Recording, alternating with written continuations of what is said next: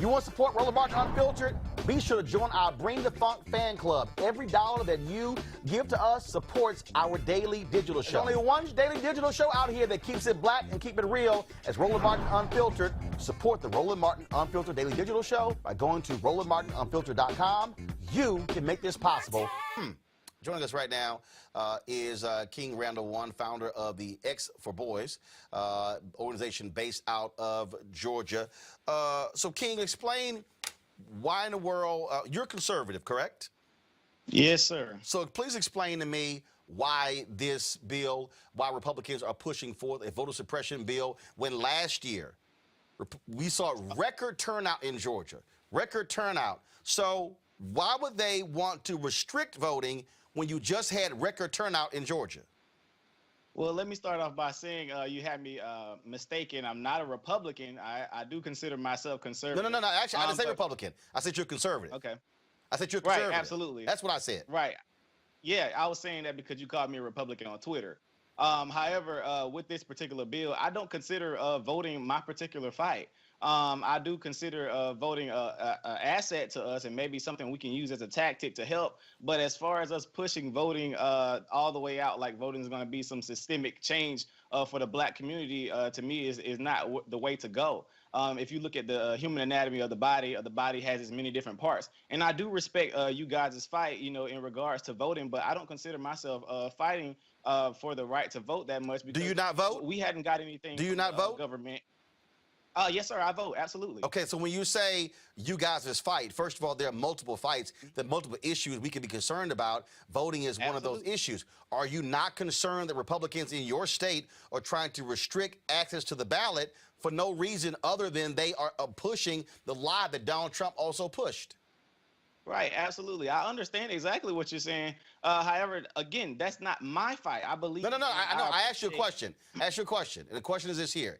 Do you believe Republicans in your state are wrong to be pushing this voter suppression bill? Can you give me the list of things that's all on the bill? Because I know you said the voter ID. Well, no. Here's a perfect example.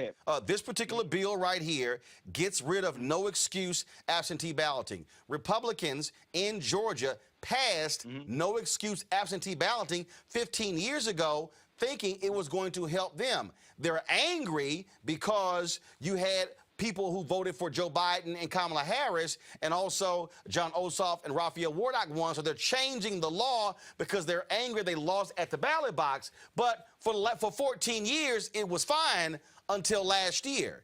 Is that, again, do you consider that to be egregious on the part of Georgia Republicans? Why would they change the law because they lost? How about making a better argument for the voters? I agree with you. I do. I agree with you. I'm not against you there. I definitely think that is an issue that I believe you guys could fight. But that, again, voting is not my issue to fight. I believe. So what's your issue to fight? My issue, I fight for young black men before they die. And that's what I do in my organization. I do teach them to vote, but I don't tell them that voting is going to be the be-all, end-all. No one says the be-all, the end-all, but it's a part of it. But you guys promote voting like it's just going to change like the systemic outlook of the black community. That's not where it's at. We have to get out and go do for self in our own communities. So, so define do for self. When I say do for self, you shared one of my tweets, my videos, and I was actually a big fan of yours, but you shared one of my tweets.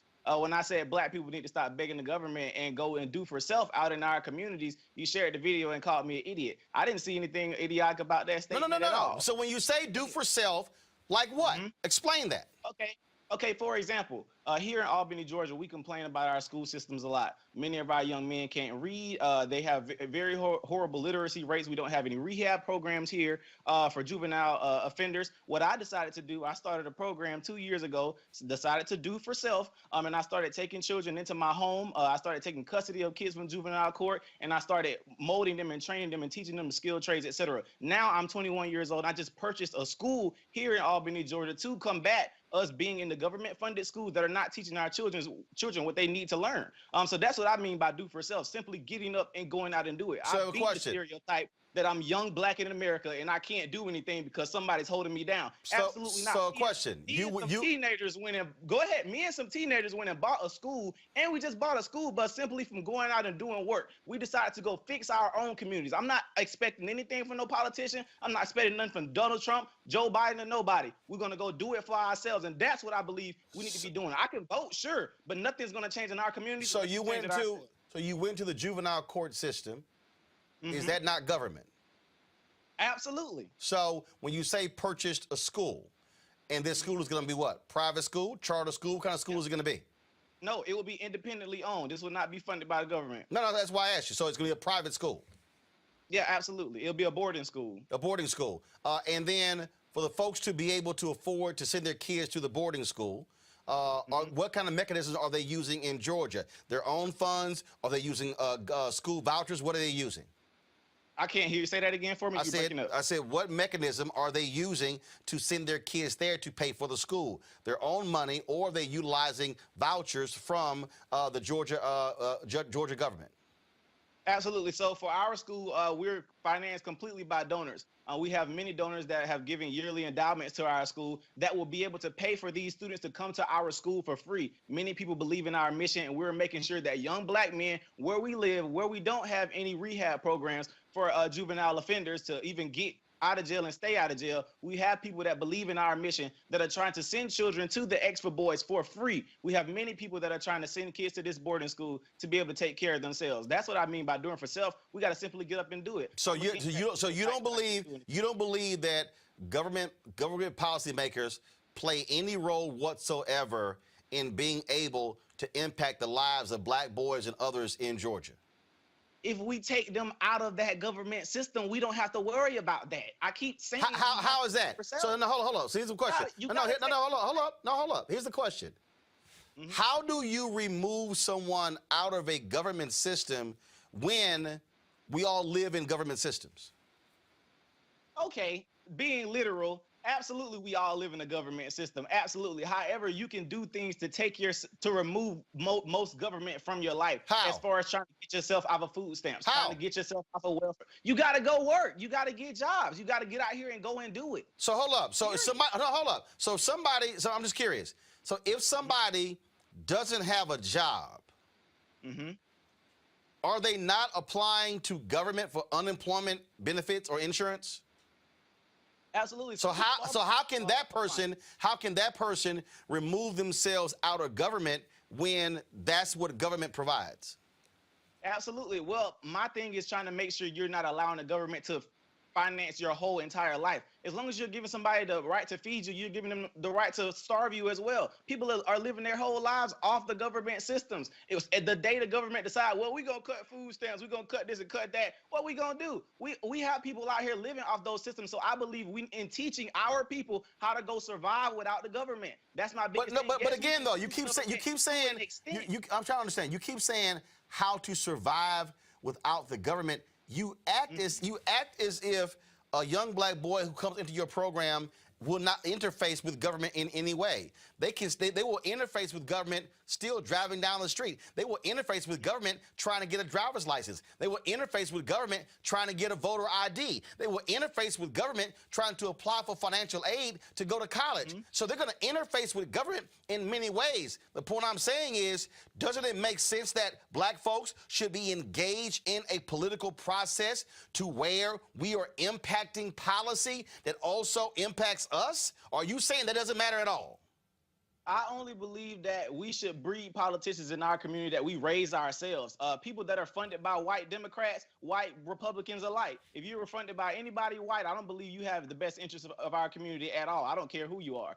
Whether you be Raphael Warnock, John Ossoff, Kelly Loeffler, or what's his name? The other guy that was running. I don't care who you are. You don't have the best interest of the black community at heart because we are not funding their campaigns fully. I believe that we have to raise our own politicians, which is what we're trying to do in our program. We are going to put them in government. Some of them want to go run for positions, but we know we bred them in our communities. But hold on. See, not Not nothing white Democrats that came and gave us and spent millions of dollars on all these ads and got folks all riled up about these guys for you to come keep black people remain a Democrat Party and the Republican Party side chick. They only come to the black community when they want our vote to get off and then disappear. We don't never see them again. But here's the thing that's again interesting. You just offered a contradiction. You first say you want to remove people from government, but then you say you're raising them to run. So which one is it? When I say remove from government, I'm saying keep as much government out of your life as possible. But how are you raising people to run for office? Say it again. How are you then raising people to run for office if you don't want folks involved in government? So here's the deal. Okay, how about this? Okay. So the young men that you're raising up to be in government, how in the world are they going to be able to be effective when you have Republicans who are passing voter suppression laws, and then you're saying, well, that's really our issue? Aren't they making it harder for the very folks you trying to raise up to get elected? I didn't say our issue. I said that's not my issue that I'm fighting. But like you just said you're raising up politicians. Again, that's for when the children, what they want to do. I'm not raising them directly just saying, oh, you got to go be a politician. No, for the kids that want to go in that area, I have mentors for them to go into that area. But shouldn't we be fighting voter suppression laws that make it harder for them to get elected? Mr. Roland, if you can't go get, what's the problem with black folk going to get voter ID? No, the issue is not a voter ID. Okay. No, wait. Hold up. Stop. Hold up. You just said, what's the issue?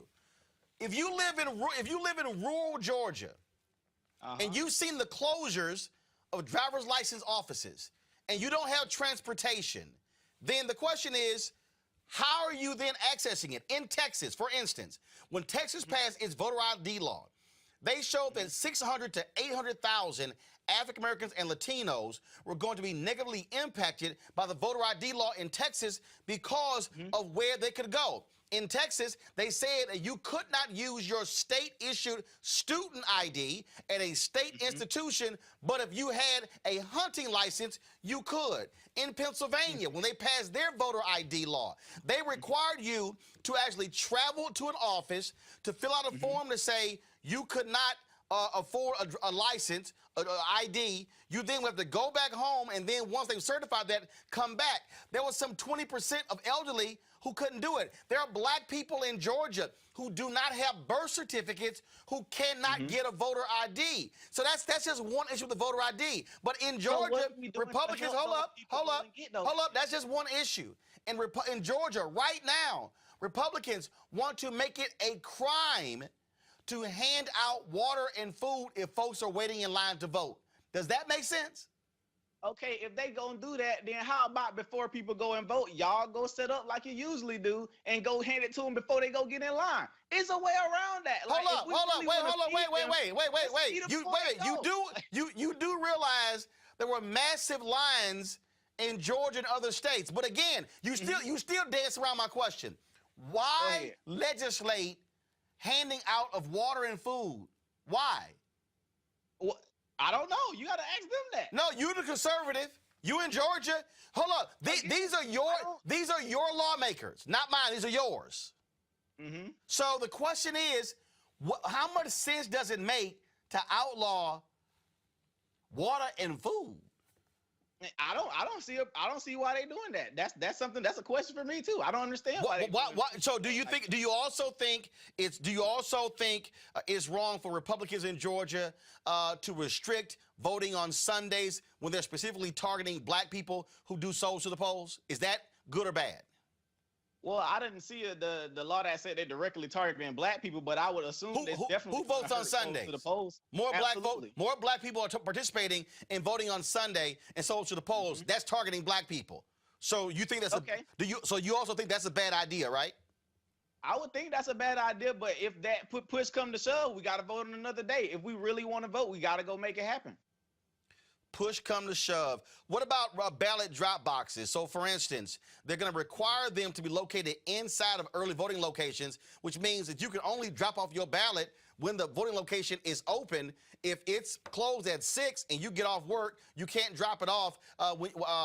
As opposed to right now, it's 24 hours. If you could just come by like a mailbox, drop it off. Good or bad? That's bad. I agree. That's bad. Okay. So that's bad. Absolutely. I agree. Got it. You also have, they restrict early voting buses to emergencies, meaning if you said y'all bought a school bus, right?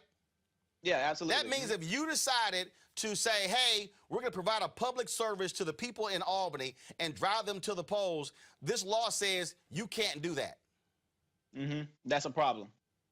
So for the things I mentioned is a problem. Okay, all right. Do you also think it's a problem? It says bans outside funding of elections from nonprofit organizations. So you have governmental entities who say, hey, we can't afford X number of workers. You got nonprofits out there, nonpartisan, where people actually fund staff and things along those lines. Republicans in your state say, oh, we're going to outlaw that too.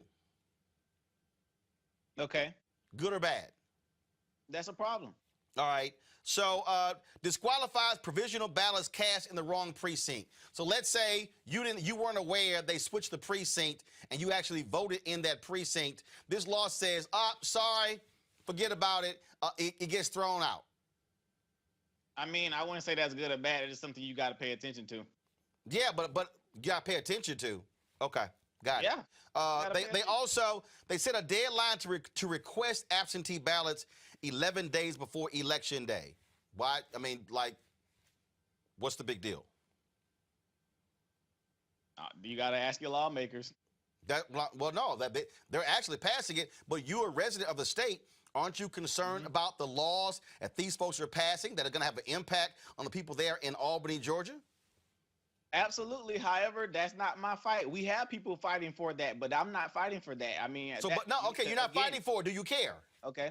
Do you care? Yeah, I care, but I know I got people like you and other people around here fighting for our right to do that. But the body has many different parts. That's not my fight. Gotcha. So if you're trying to move folks to change things, they're in Albany.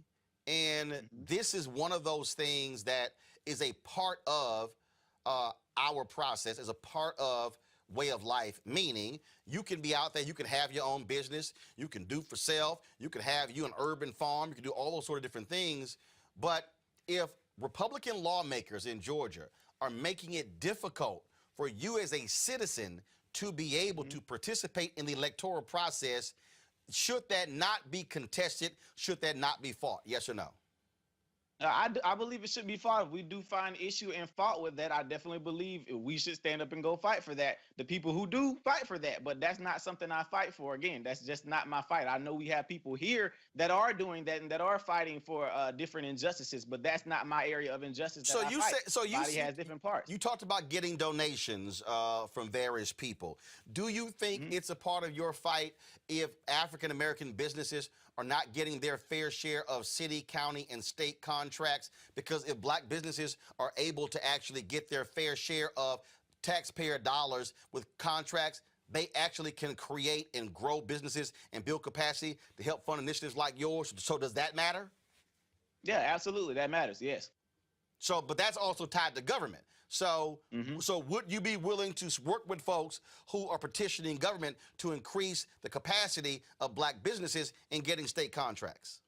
Ask that question again for me. Would you be willing to fight with others to grow the capacity of black businesses to get city, county, and state contracts where they are being able to build their businesses? Because in America, prior to COVID, you had 2.6 million black-owned businesses in America. 2.5 million only had one employee doing average revenue of $54,000. Because of COVID, we lost 41% of black businesses. And so does that petitioning government matter getting those contracts to you? Absolutely. I definitely agree. So that's something that you would also fight for? Yeah, absolutely. I'm even encouraging some of my children to start businesses, so that's something they would have to look into. Absolutely. But wouldn't you also want to have legislators who are in office who are more likely to support that initiative versus those who are against it? Absolutely. I definitely agree. Which means that in order to get those folks elected, we must be able to have uninhibited access to the ballot. Right, absolutely. But as far as seeing some of the things on the bill, as far as the feeding and stuff like that, I mean, we not slow, and we don't have a learning disability. I believe some of those things we can get taken care of. We can go get IDs. We could go start a black voter IDs matter and go help people go get their IDs. I mean, these are things we could do. Yeah, but you keep going back to ID as if that's the only issue, and that's not the only issue. That's not the only thing. I'm just saying, like, that's one of the issues. No, that's one. That's one. I read for you about 10 of them. That's one. So that's one particular thing right there.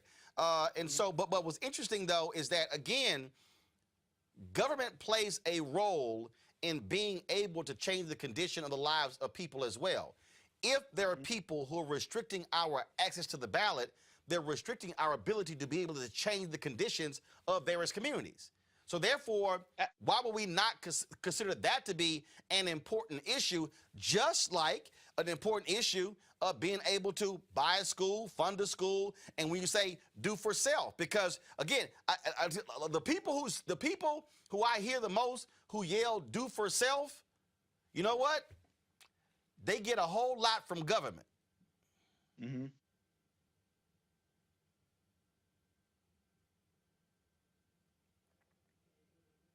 So when you say do for self, we can't divorce ourselves from the reality of the role that government plays. Well, this because is the same in fact, America. your school you bought, you have to, that has to be up to code, correct? Yes, absolutely. That's government. Okay. And so we can't. So this notion of removing ourselves from government just doesn't exist because we deal with it every single day.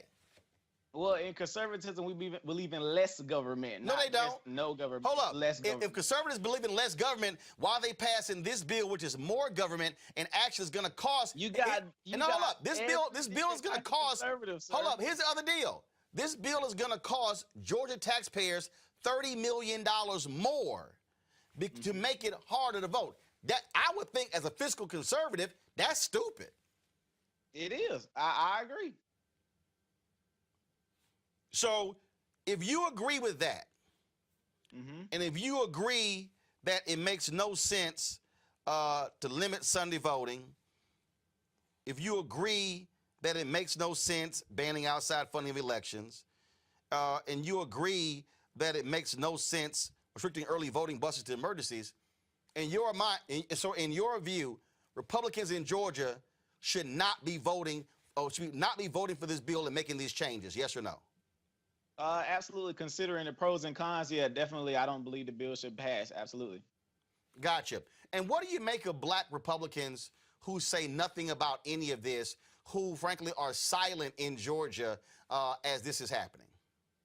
I'm very critical of black Republicans and black conservatives when they're not addressing the issues that directly affect us. Absolutely, I don't hold my tongue on that at all. If it's an issue that's directly affecting the black community, that's hurting us, absolutely they get chastised.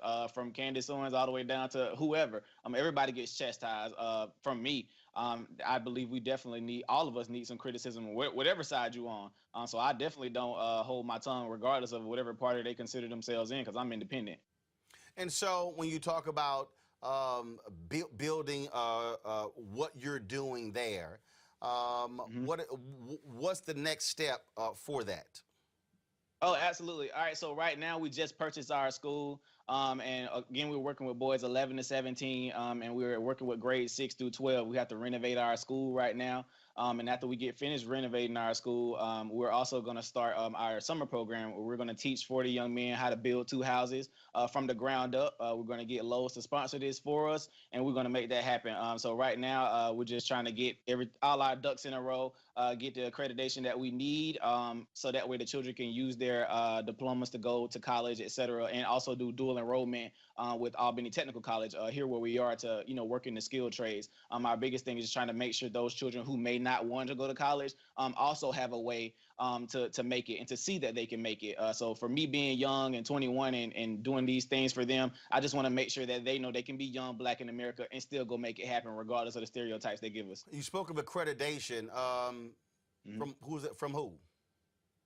We have, I think it's the Georgia Accreditation Commission. That's government. Yeah, absolutely. Okay.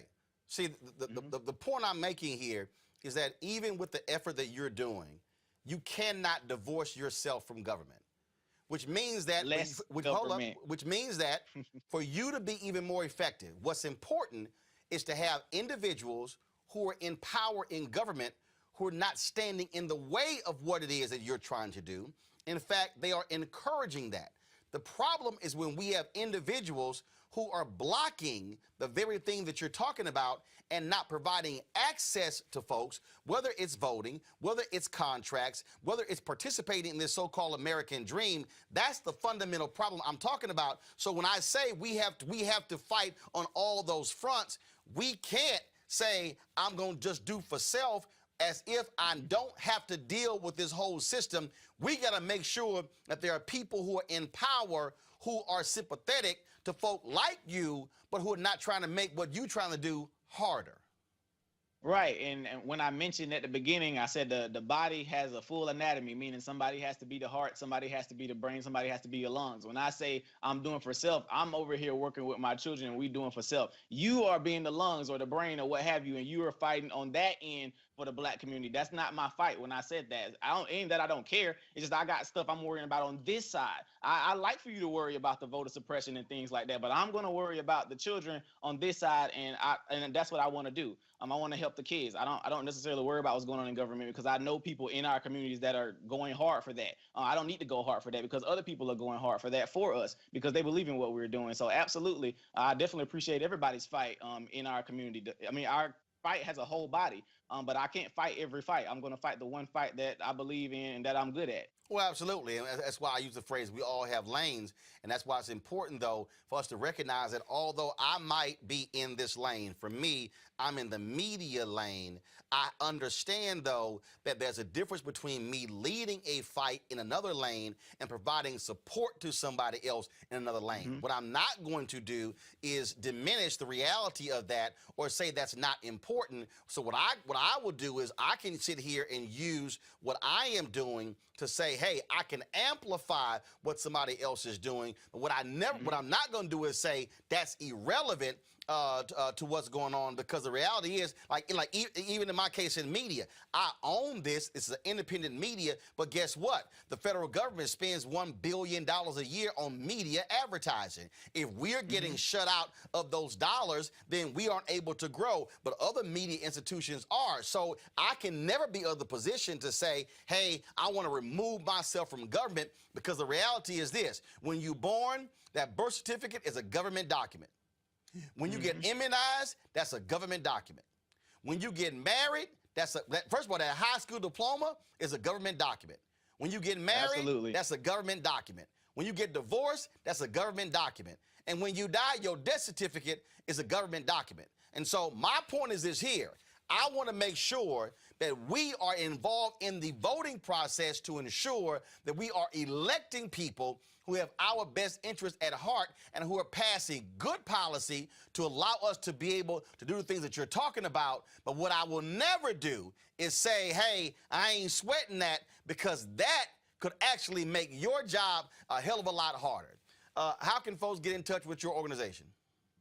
Absolutely. Well, my name is King Randall. You can follow me on all social media at New Emerging King on Twitter, Instagram, or Snapchat. And Mr. Roland, I definitely would love for us to stop with the Twitter back and forth battles. I'd actually like for you to come speak with my kids, or at least talk to them via Zoom. Because like I said, I was a fan before, but I don't really care for the going back and forth on social media. So I would love for you to speak with the kids. And also Miss Erica Savage, one of your former hosts, she's a big fan of mine. And so I definitely love for you to come talk to my kids. Absolutely. Oh, that's not a problem. And again, when I was in Albany, I was there 3 times helping Ossoff and Warnock, trying to rally black folks there. So I had no problem being in Albany, got no problem speaking with the kids. And if I do, I'm definitely going to teach them about the power of voting and how to use it. So just let me know when you want to do that.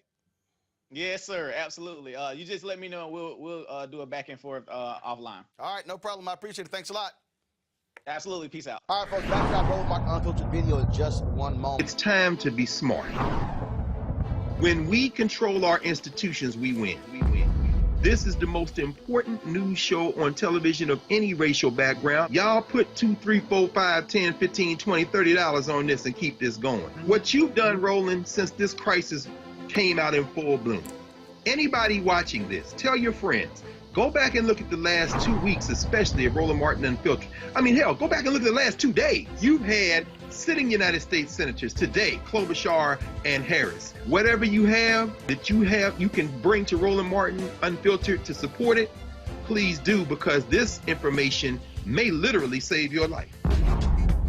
Watch Roland Martin Unfiltered daily at 6 p.m. Eastern on YouTube, Facebook, or Periscope, or go to RolandMartinUnfiltered.com. Support the Roland Martin Unfiltered Daily Digital Show by going to RolandMartinUnfiltered.com. Our goal is to get 20,000 of our fans contributing $50 each for the whole year. You can make this possible. RolandMartinUnfiltered.com.